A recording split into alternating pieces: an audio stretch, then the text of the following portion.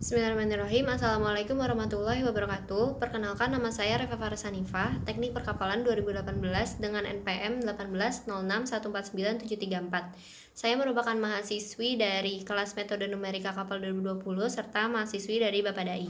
Sekarang, saya akan menjelaskan tentang materi UTS, yaitu pembuatan model AUV, dan saya memilih untuk membuat submarine, dan saya akan menjelaskan tentang simulasi safety soft-nya serta perhitungan lanjutannya. Terima kasih, selamat menonton.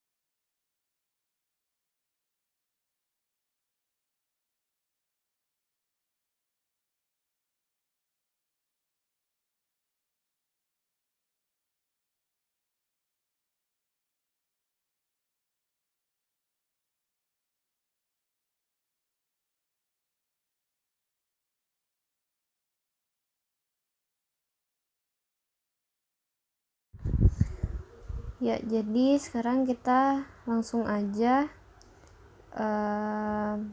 Ini case name-nya Metnom UTS. Oke, create case.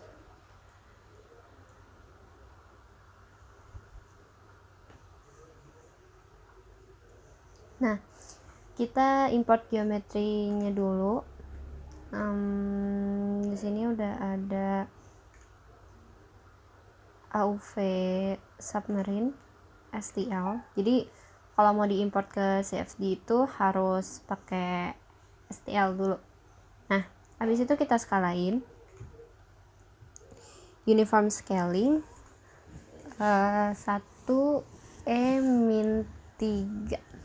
Nah, 1E-3 itu artinya 10 pangkat min 3 atau 0,001.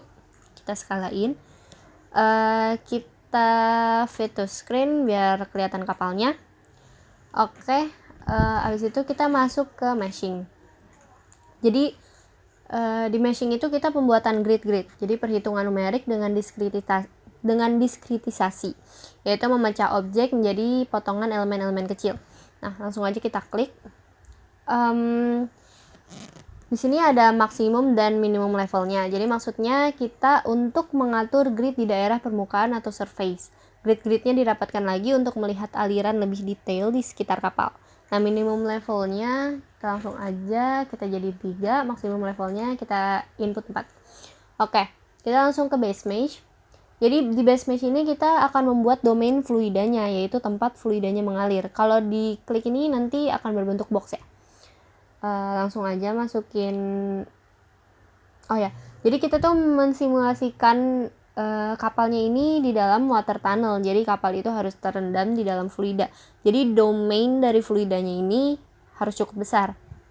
Nah, dari setelah melakukan percobaan, jadi didapat nilai-nilai untuk di inputnya itu di minimum koordinatnya kita masukin min 2, terus min 5 sama minus 5. Nah, untuk maksimum koordinatnya kita masukin 13, 0 sama 5. Nah, jadi ini kapalnya dibuat berpotongan di tengah supaya simetris gitu. Nah, terus kita di box mesh properties itu ada X, Y, sama Z. Nah ini bisa dilihat X yang mana, Y-nya yang mana, Z-nya yang mana. Jadi X-nya itu yang warna merah, Y-nya hijau, Z-nya yang biru ya. Di kapalnya juga kita bisa lihat X, Y, Z yang mana. Nah kita ganti di box mesh properties-nya, kita input nilai-nilai untuk X, Y, sama Z-nya.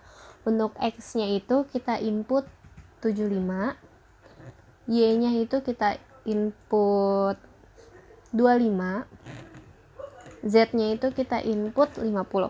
Nah jadi kapal dibuat pembagian gridnya tuh dibuat uniform ya, atau seragam. Jadinya beda gridnya itu tidak terlalu besar. Oke. Terus X min face-nya itu kita pilih ke inlet. Terus X plus face-nya itu outlet. Y-min face-nya Y-min-nya itu tetap boundary karena aliran air tidak terbatas. Soalnya kita asumsikan ini kapal di lautan lepas. Oke, lanjut. Berarti Y plus face-nya itu kita tulis simetri. Oke, udah semua di sini ganti. Kita langsung ke generate mesh. Nah, di generate mesh itu kita mensimulasikan, simulasinya itu eksternal ya. Jadi fluida itu mengalir di luar geometri. Kita ambil titik di dalam domain fluida tapi di luar geometri kapal. Nah, kita ganti mesh locate-nya, mesh location-nya, di kiri itu 0, di tengah itu -3, di ujung kanan itu -2. Nah, kita klik location-nya, maka di sini muncul daerah kuning nih. Nih, yang kuning ini location. Oke. Setelah itu kita ke generate mesh. Nah, di generate mesh itu nanti cukup lama, sampai N gitu.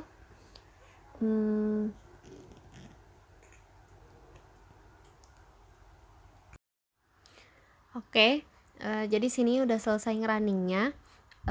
Terlihat grafiknya itu menurun, berarti dia convergent, berarti udah benar. Dia sudah mendekati hasil yang sebenarnya. Oke, kita minimize. Terus kita langsung masuk ke CFD pose-nya. Kita buka, di sini ada software ParaView. Kita buka aja ParaView-nya.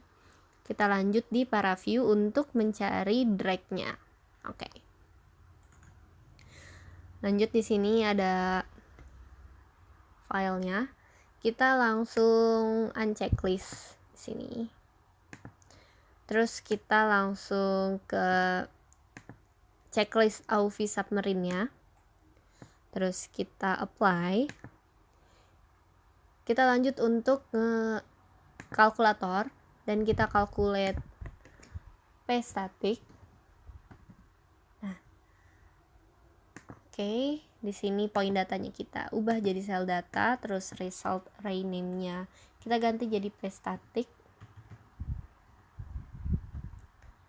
Oke, di sini kita masukin rumusnya, yaitu tekanan dikali density-nya. Density water tadi 1000. Oke, kita langsung apply lagi. Habis itu kita klik statiknya, kita filter alphabetical, terus kita klik generate surface normal. Nah, dari generate surface normal ini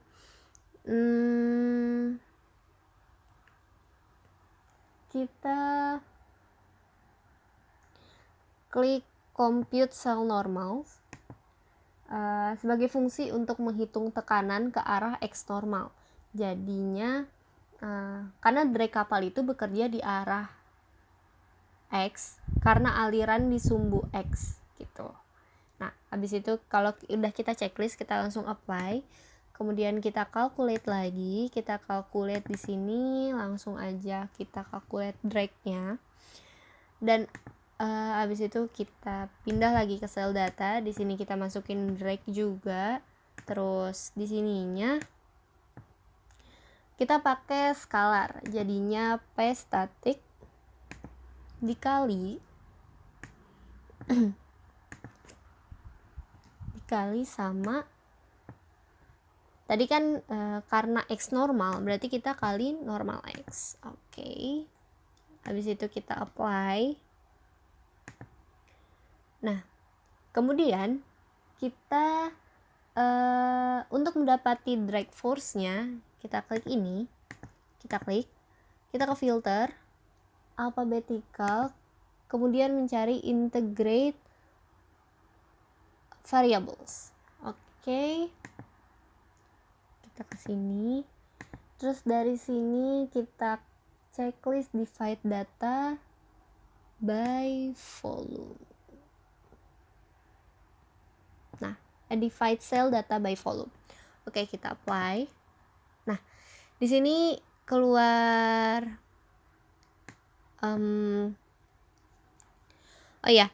untuk warna ini menunjukkan nilai ya. Jadi semakin tinggi berarti dia nanti warnanya merah gitu. Nih. Tadi kan ini tekanan, menunjukkan tekanan, dan berarti paling depan ini tekanannya makin tinggi gitu. Nah, kita ganti poin datanya jadi cell data, baru kita nemu drag-nya semuanya, dan drag ini tadi untuk kecepatan 12 meter per second.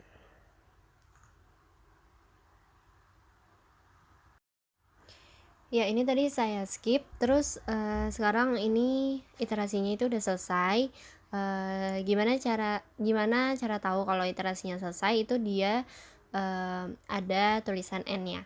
Nah, jadi hasil dari meshingnya terlihat seperti ini. Hasil dari melakukan surface refinement, jadi daerah-daerah dekat permukaan di mana kita ingin melihat hasil lebih detail, jadi grid-gridnya itu lebih rapat. Nah, setelah ini kita masuk ke check mesh. Nah, terus kita klik check meshnya. Oke. Terus udah end. Alhamdulillah. Terus kita langsung ke simulation model. Nah, oh ya, jangan lupa tadi setelah di check mesh itu di save mesh dulu. Supaya nanti kalau untuk mempersingkat waktu ya. Jadi kalau mau running lagi nggak usah buat ulang lagi meshnya. Oke, sekarang ke simulation model. Nah, jadi simulation model ini alirannya steady state karena tidak ada perubahan terhadap waktu. Terus jenis alirannya itu incompressible. Nah, yang diubah itu turbulence-nya diubah jadi RANS. RANS itu Reynolds Average Navier-Stokes. Nah, oke. Selanjutnya apply model. Habis itu kita langsung ke turbulence. Nah, dari turbulence itu untuk RANS itu ada 3 jenis. Nah, di sini kita milih dari SST ke omega. Nah, setelah itu kita langsung ke fluid properties. Nah, yang kuning-kuning ini kita ganti. Karena di bawah air, jadinya material name-nya itu bukan air, tapi water. Nah, density dari water itu 1000. Untuk dynamic viscosity-nya itu 0,00089. Oke, next kita ke boundary condition. Nah, di boundary condition ini nanti ada 3 jenis phase name yang kita ganti. Yang pertama itu kita merubah inletnya dulu. Nah, inlet 1 patch, boundary condition-nya kita ganti jadi velocity inlet. Oke, nah di sini ada reference value meter per second. Jadi ini yang nantinya kita ganti-ganti. Nah, aku di sini mau nulisin 12 meter per second. Terus abis itu kita langsung ke outlet 1, patch, boundary-nya kita tulis outflow. Nah, abis itu kita ke boundary 1, kita anggap itu tidak terbatas, jadi boundary-nya itu far field. Oke. Nah, jadi kalau untuk zero gradient itu berarti batasannya itu memiliki nilai yang sama nantinya. Ya, jadi tidak ada perbedaan dari sel yang sebelumnya. Nah, oke. Terus next-nya itu kita langsung dari sini udah selesai, kita langsung ke CFD solve-nya. Nah,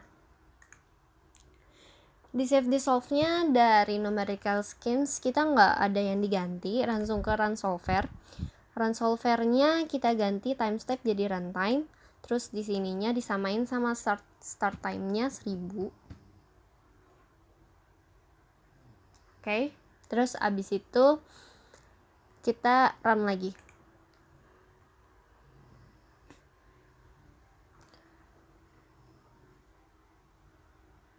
Nah, untuk ngerunningnya wait,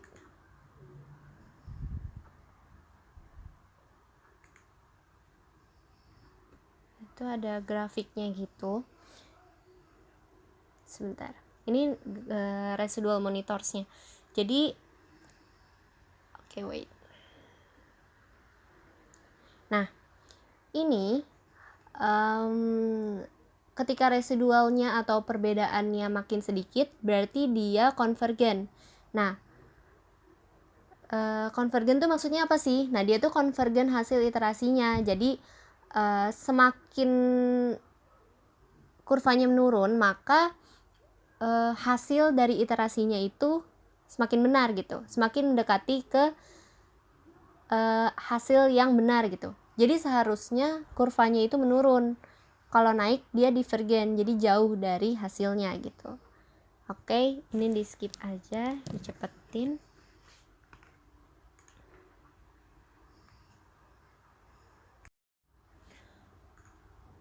Oke, kita lanjut. Tadi kita udah di paraview, dan ini kita udah dapat buat yang 12 meter per second. Kita udah dapat drag force-nya sebesar 362,425. Selanjutnya kita menginput lagi kecepatan yang kita mau untuk submarine ini di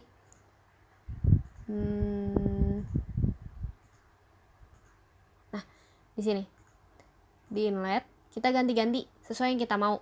Nah, untuk mempercepat aku udah menginput dari 10,5 sampai 15. Nah, aku masukin 10 data dengan perbedaan 0,5. Ini data-data hasil screenshotnya.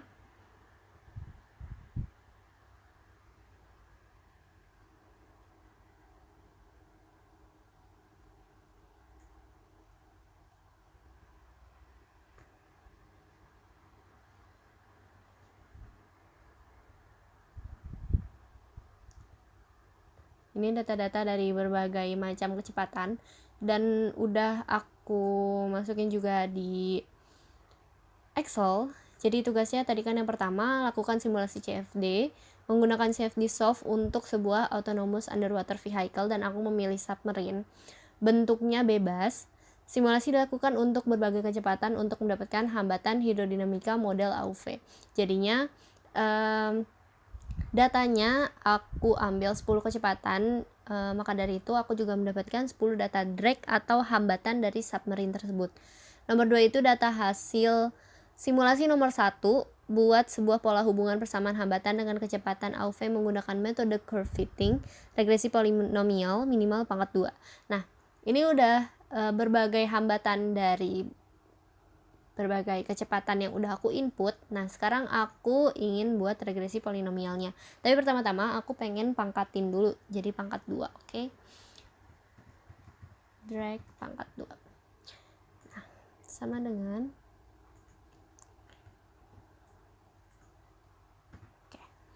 terus kita sortir ke bawah. Oke, udah dapat. Terus kita tinggal lanjut ke Python-nya. Oke, kita lanjut membuat Python-nya. Jadi tadi kita udah menginput berbagai hambatan daripada kecepatan kapal, ada 10 data. Dan sekarang kita akan membuat regresi polinomialnya di Python. Nah, yang pertama itu kita harus mengimport library-nya dulu. Kita punya 2 library di sini. Yang pertama itu NumPy, SNP, dan habis itu library kedua itu import matplotlib matplotlib.pyplot matplotlib.pyplot s plt. Oke. Jadi 2 library ini, yang pertama NumPy itu untuk menyelesaikan untuk array dan juga untuk membuat grafiknya. Sementara untuk matplotlib itu untuk memprint grafik tersebut gitu. Jadi pas kita run itu ada grafiknya karena matplotlib. Dan selanjutnya kita masukin dulu ada X dan Y. Grafik itu pasti kan ada X sama Y. Nah, yang X itu kita masukin NP array-nya. NP array-nya itu kita masukin data kecepatan. Jadi X-nya itu kita pakai kecepatan. Nah, ini kecepatannya kan dari 10,5 sampai 15. Berarti kita masukin 10,5, 11, 11,5, 12, 12,5, 13, 13,5, 14, 14,5, 14,5, 15. Nah, untuk Y-nya kita masukin drag-nya. Jadi data-data drag yang udah dipangkatin. Nah, drag-nya itu kita masukin juga np.nampi.array-nya.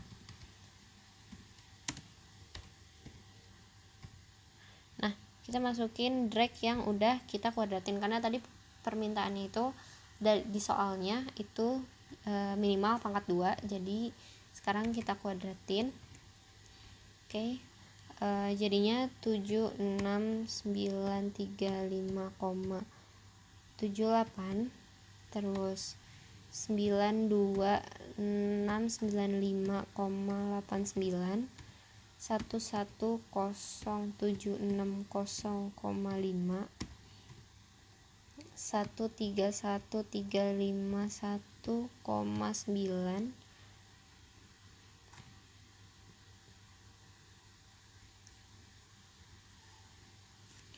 terus 154687,2 terus 180,999,2 21054,3. Oke, lanjut. Sorry.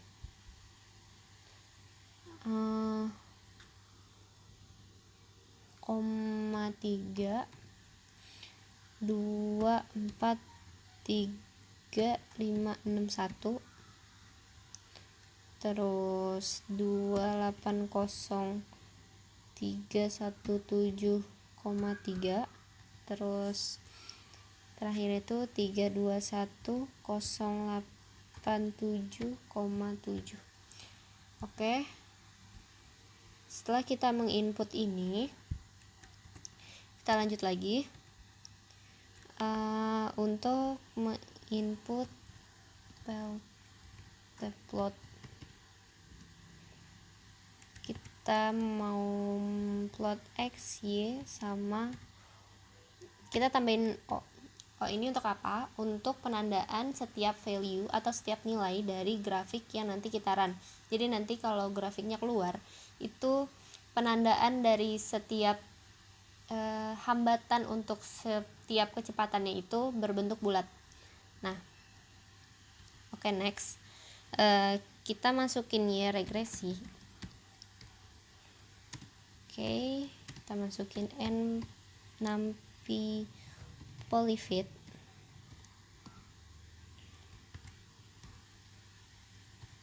Y, 2. Kenapa 2? Karena ada X sama Y. Jadi X1, Y1 jadi ditambah jadi 2. Nah, polyfit itu untuk apa? Jadi kita bisa tahu library ini untuk apa ketika kita mencet Ctrl terus klik kiri. Nah, di sini kita bisa tahu berarti polyfit itu untuk meminimalisir error yang nanti terjadi ketika kita run gitu. Nah, oke. Terus abis itu kita tulis plot. Nah, pertama itu kita lanjut X nampi polyval, Y regresi X. Nah, polyval ini untuk value. Kalau tadi polyfit itu untuk fit atau cocok, meminimalisir suatu error. Kalau polyval itu untuk value dari grafiknya nanti. Nah, kalau tanda ini itu untuk grafiknya gitu. Oke, lanjut lagi, kita plot lagi X nampi polyval lagi, Y regresi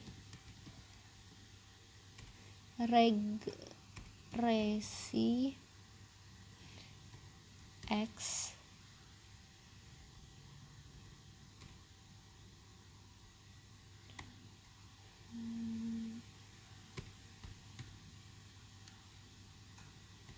X Y. Ini kita input semua.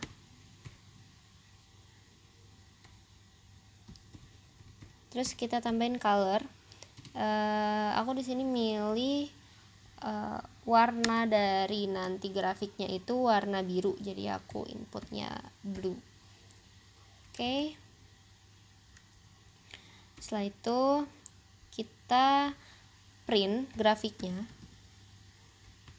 grafik Y regresinya. Oke, kita run. Namain dulu UTS let num di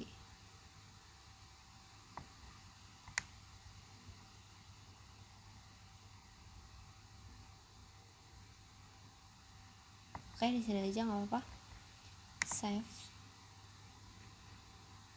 Nah, ini udah running dan udah keluar juga printnya. Tuh, oke, selesai untuk tugas nomor 2.